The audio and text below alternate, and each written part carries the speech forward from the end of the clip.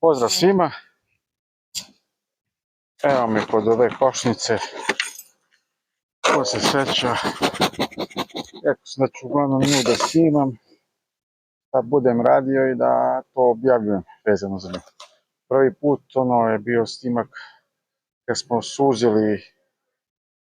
suzili leglo, to je gnezdo, onako u februaru, mislim da je bilo oko 20. februara. Je krenuo onaj malo bolji unos polena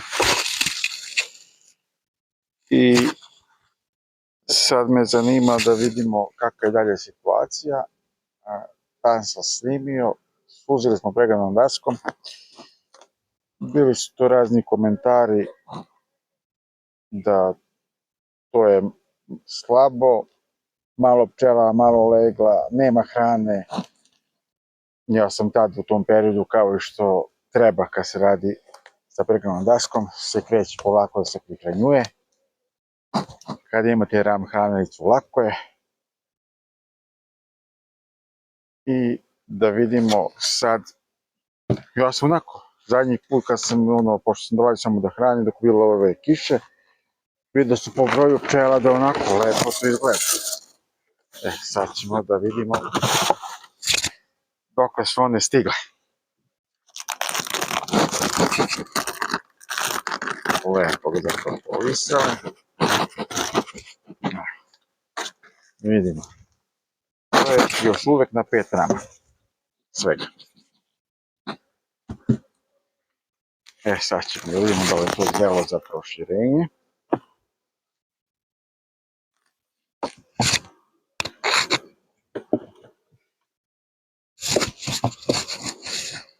Ovako, odlučio sam da mi, pošto su ove hranilice ovako malo manje, da mi oni u suštini služe kao ram građevnjak. Mislim da to neće bude, evo, sve, ne znam da se vidi, evo čak i ima jedno zatvoreno trutovsko, ovo je sve zalegnuto, kuhinske ćelije.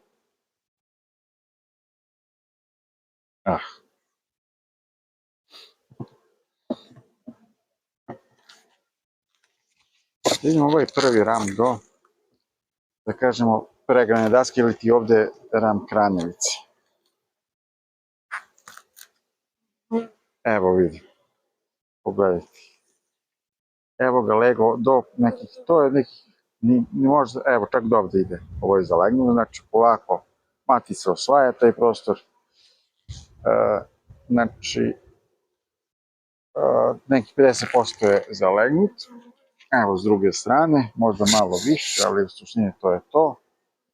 I tu nema govora o proširenju. Dok ona barem 70% ne zalegne, ja to, znači, prije sam dosta grešio, žurio sam, i čim idete ram da proširite, ona ga napuni polonom ili nektarom. I tad dođe do zablokiranja matice. To se kaže, strpljen spaša. Ovde, kod ovog sistema je samo bitno strpljenje. I posle toga tu ide lagano. Evo, vidimo ovde leglo, evo, ovo je već onako, 80% da kažem.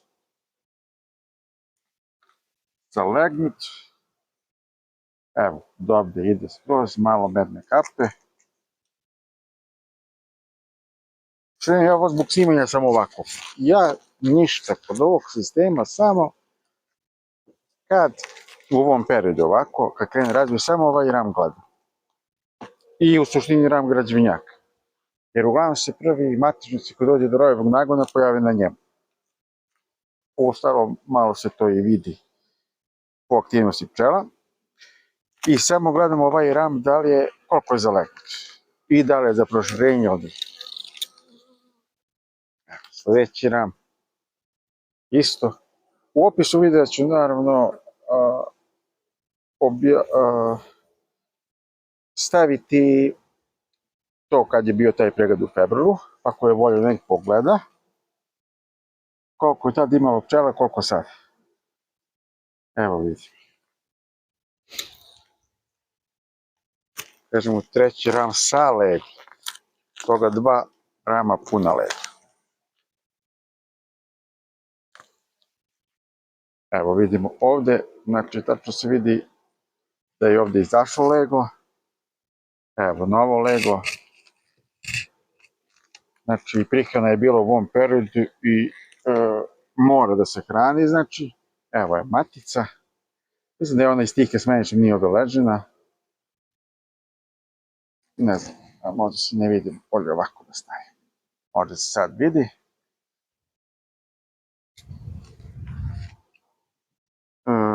Mislim da je iz tih smene, pošto nije obeležena.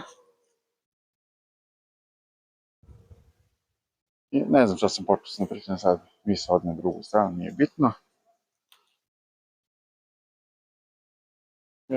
Da, teo sam kažem, sirup je bilo mora da se sirupa i zbog vode njima, kad je kiša i ovako kako je bilo prethodnih 10 dana, znači nigde prekida Lega nije bilo.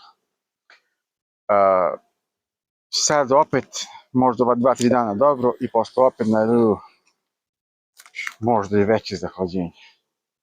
Evo vidite, ovaj krajnji ram je sve polen i med. To je nektar, sirup, šta je već, nije bitno, hrana za pčelu. Nije baš puno, ali u suštini to je to. Ali imaju dovoljno ovamo i naravno sad ćemo da dodamo sirup. Znači to je Lego na 4 žama.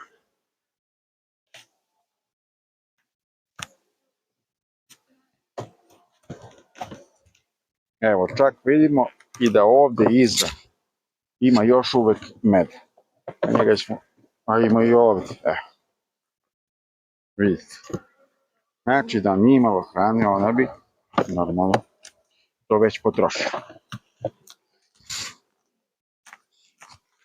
U suštini to je to, sipamo sirup, to će ovde još jedan ram sa izvučenim traćem.